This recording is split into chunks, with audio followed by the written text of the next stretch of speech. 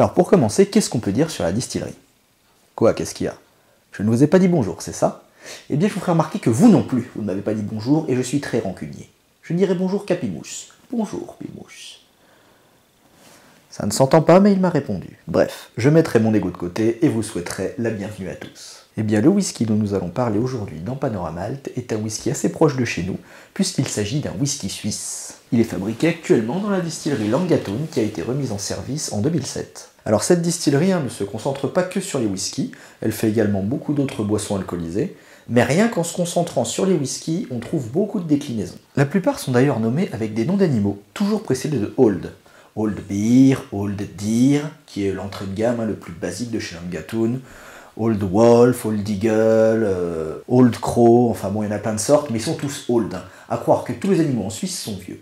Bah, pour fou les gars, attendez, après une dure vie animalière, quoi de mieux pour la retraite que d'aller en Suisse, le plus merveilleux pays pour passer sa fin de jour tranquillement. Mais si avec des scènes comme ça, vous ne faites pas une promo d'enfer, il faudra penser au suicide. Alors moi aujourd'hui, je vais vous parler du Old Woodpecker, donc le vieux pivert en français. Pivert? Pivert comme un pivert, là.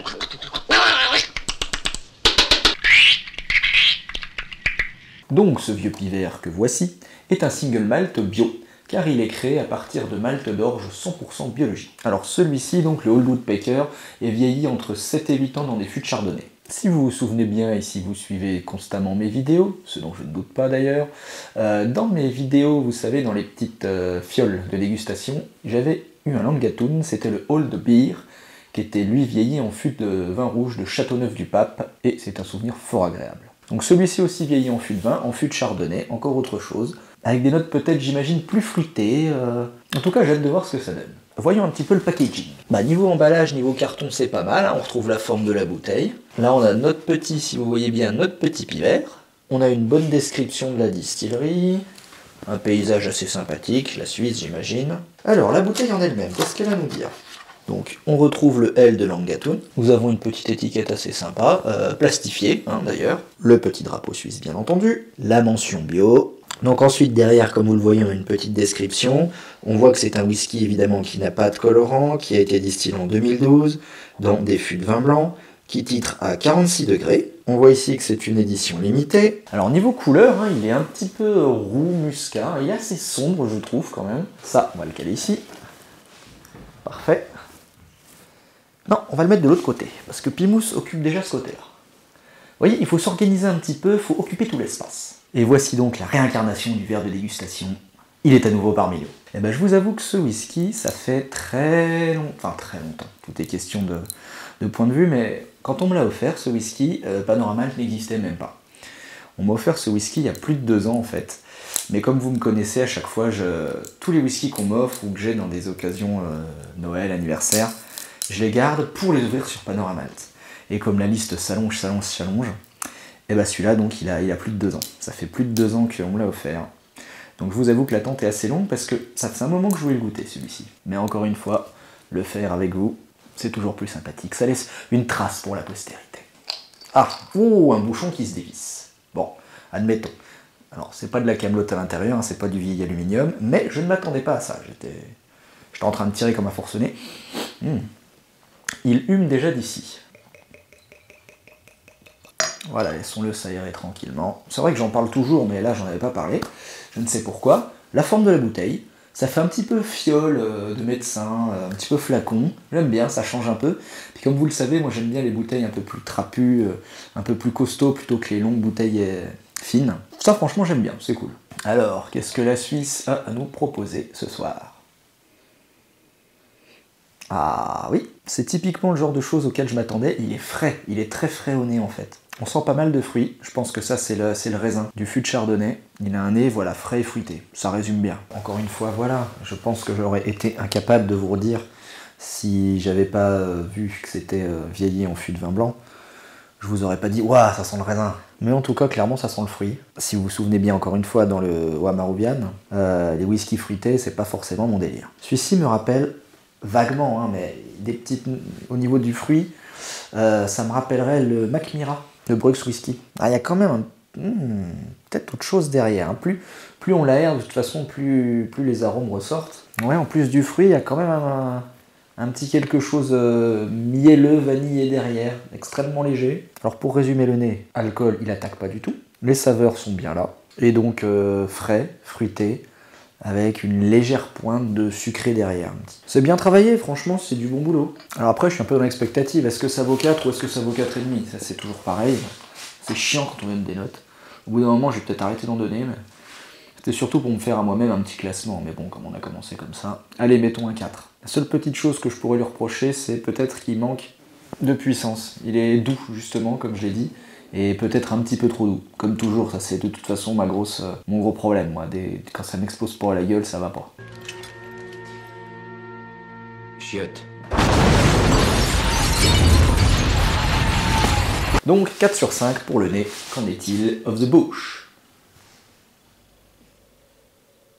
C'est intéressant. C'est intéressant parce que là, on sent bien la complexité du truc. Parce que là, il nous emmène un petit peu sur d'autres chemins. C'est pas copier-coller le nez. Je trouve la première bouche, la première seconde de bouche, assez céréalière. Le côté malt, tout simplement. Et ça s'estompe assez vite pour laisser place à un petit côté un petit peu, j'en sais rien, faut que je regoute. Un petit peu fruité, mais plus avec une touche un peu plus sucrée que ce qu'on avait au nez. Il y a toujours ce fruit. Alors, encore une fois, j'imagine un fût de vin blanc, donc j'imagine que c'est du raisin que je sens. Mais il y a cette petite note presque, j'ai envie de dire presque chocolatée. Enfin, c'est l'impression que ça me donne. On n'est plus sur le miel du nez, on est un peu plus sur le chocolat. Un petit chocolat au lait assez léger, mais gourmand, sans être trop sucré. En fin de bouche, début de finale, ouais.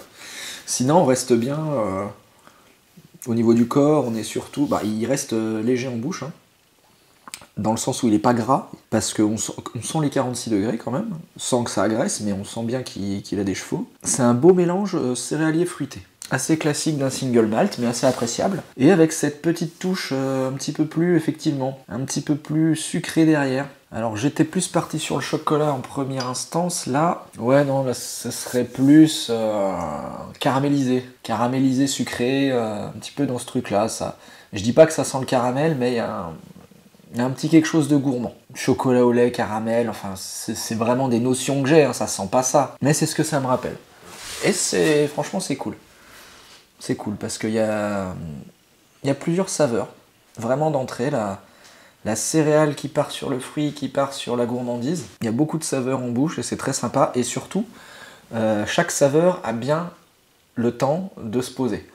Début céréalier, bon, 2-3 secondes, on part sur le fruit, pareil, 2-3 secondes, et on commence à attaquer la finale avec le petit côté sucré. C'est assez cool, tout le monde a sa place en fait. Et ce que je reproche souvent, entre guillemets, au single malt, c'est qu'on a souvent trop ce goût de céréales, d'orge qui prend le dessus. Alors parfois c'est très bon, quand c'est hyper bien fait, c'est vraiment très bien, mais je trouve ça presque un peu trop classique. Là, on a encore autre chose, voilà, ça nous apporte d'autres trucs, notamment le fruit, notamment cette finition en fût de chardonnay qui apporte beaucoup, je trouve. Non, c'est bien fait, ça vaut 4,5. Il y a du boulot, c'est un bon produit. Ça, clairement, c'est indéniable. Même si, encore une fois, voilà, le fruit, moi, c'est pas forcément ce que je recherche. Ça, niveau qualité, on peut pas dire, il y a ce qu'il faut. La finalité de la chose. La finalité, c'est qu'on est presque à vide, déjà. Alors, en termes de longueur, il n'y a rien à dire. Il y a vraiment ce qu'il faut. En termes d'agression, on est pas mal parce que ça te crame pas la gueule. Et en termes de saveur, alors...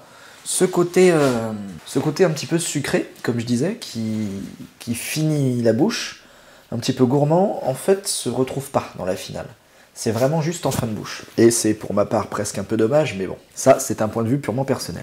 Alors, ce qu'on peut en dire, c'est que je trouve qu'il part sur un petit côté un peu boisé, en fait. En fin de bouche, ouais, on a ce petit côté boisé, clairement. À la fin, mais genre 10-15 Caudalie, puisqu'on parle en Caudalie, mais ce sont des secondes, hein, ne l'oublions pas, 10-15 secondes après, on a ce retour de sucré, comme si je venais de manger un petit bonbon. Et c'est vachement sympa aussi. Donc finale très longue, le côté boisé qu'on n'avait pas encore exploré, mais qui est présent quand même, donc complexité jusqu'au bout. Et le petit retour du sucré, et surtout en bouche, en fait, ça te laisse une note sucrée en bouche. Et ça, c'est super sympa. Ça mange encore un bon 4,5, ça, hein, parce que la finale est super cool. Donc, on va se faire la petite panorama malt, hein. On met le cerveau en off, on boit tranquillement et on laisse les émotions parler. Pimos, à ta santé. Mais toi t'es bien, toi t'en as rien à foutre. Toi il y a une vidéo qui est en train de se faire, on est dans un studio, t'en as rien à foutre, tu pionces. Ça c'est un bon chat, ça, il a tout compris lui. Alors concernant donc ce Langatoon Old Woodpecker, Chaque fois que je dis ça, je pense à Woody, c'est un truc de fou. Bah ça, c'est la génération qui veut ça aussi. Surtout, ce que je peux noter, c'est qu'on sent qu'il est bio. Tu sens la biologie derrière. Il est biologique, ce whisky, ça se sent. T'as l'étude de la vie en bouche, quand même. Bah oui, parce que biologie, voilà. Sémantiquement, étude de la vie, on est d'accord. Étude du vivant. Après, le whisky, c'est vrai que c'est quelque chose de vivant aussi, parce que c'est une réaction et tout. Il faut que ce soit des molécules vivantes là-dedans. Et moi, qu'est-ce que tu fais? Laisse ça tout de suite. Bref, je m'égare. Je vais reposer ça avant de péter le verre tout neuf. Mais bon, non, c'était une blague hein, pour le biologique. Tout ce que je peux en retirer, c'est que franchement, on sent, j'ai envie de dire, presque une sorte de pureté, un petit peu quand même, dans le produit. Rien à voir avec le bio, mais il est frais, fruité, et voilà, je sais pas, moi ça m'évoque un petit peu la pureté du truc. Certes, le fait qu'il soit fruité, comme j'ai dit, c'est pas forcément mon truc, mais on lui retrouve des notes sucrées, et ça, franchement, c'est cool. On lui retrouve un peu une petite note boisée.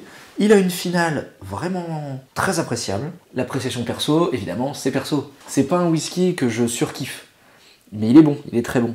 Donc au final, c'est vrai que 4, c'est pas déconnant. Moi, j'adhère sur le 4. J'adhère sur le 4, d'ailleurs, je m'en resserre un petit. Allez, par gourmandise. Exactement, voilà quelqu'un qui me comprend. Il est hyper appréciable, donc il prend facile son 4 sur 5, ce qui nous fait un total de... Je sais plus ce que j'ai donné comme note, c'est affreux. 9, 4, 13, 10, ça lui fait 17. 17 sur 20. Eh bah pourquoi pas. Parlons un peu du rapport qualité-prix, parce que là ça va faire un petit peu comme le Amarouvian. C'est un 50 centilitres. Je crois que je vous l'avais pas précisé encore, mais vous l'avez peut-être remarqué. C'est une bouteille de 50. Et elle est, alors je me dois de le dire, hein, je suis désolé même si c'est un cadeau. Un cadeau qui m'a été fait par Vincent, que vous connaissez maintenant. Le prochain whisky, la prochaine critique sera aussi un cadeau de Vincent. Entre Vincent et moi, c'est une grande histoire. Donc 70 € pour 50 centilitres, ce qui, si on ramène à une bouteille de 75, nous fait un petit peu plus de 100 € la bouteille. J'ai toujours du mal à mettre plus de 100 balles, à mettre 3 chiffres dans une bouteille. Aussi bon soit le produit. Ou alors, il faut vraiment que ce soit une super claque. Là, il est bon, c'est clair, il n'y a pas à chier, la qualité est là. Ah, de là à valoir ce prix-là, je trouve ça un petit poil excessif quand même. On va dire que pour moi, pour la bouteille de 50, il a au moins 10 € de trop. Donc voilà, un petit rapport qualité-prix, bah c'est parce que c'est pas si déconnant que ça au final, mais bon, un poil chéros quand même. En tout cas, très belle découverte, les Suisses, bravo. Comme je l'avais déjà dit, j'avais goûté le Old Beer, qui m'avait laissé un bon souvenir également. Je crois que le Old Crow, El Corbal, je crois que c'est un tourbé, et ça me plaît beaucoup. Mais je pense que c'est une distillerie à laquelle je vais m'intéresser assez, notamment comme je vous ai dit, moi qui suis un petit peu assez collectionneur, d'avoir au moins toutes les boîtes avec toutes les têtes là, goûter un petit peu tout ça. Si j'ai, parce que j'ai toujours voulu faire aussi une vidéo sur une distillerie avec tous les produits qu'ils avaient. Eh bien je pense que Langatun est un concurrent qui a ses chances. Ma foi, j'espère que la vidéo vous a plu. Pour la prochaine, on va encore se rapprocher, on va encore se rapprocher plus de chez nous, de la France, oui, parce qu'on va être en France. Par contre, je pense qu'on va s'éloigner un petit peu de chez moi. Parce que je pense que la Suisse est plus proche que la Bretagne. Oh, gros spoiler. Eh bien, je vous dis à la prochaine. Bon anniversaire à ceux qui regardent cette vidéo pour leur anniversaire. Et à très bientôt, on Panorama Malte. Prenez soin de vous et à la prochaine. Take my life.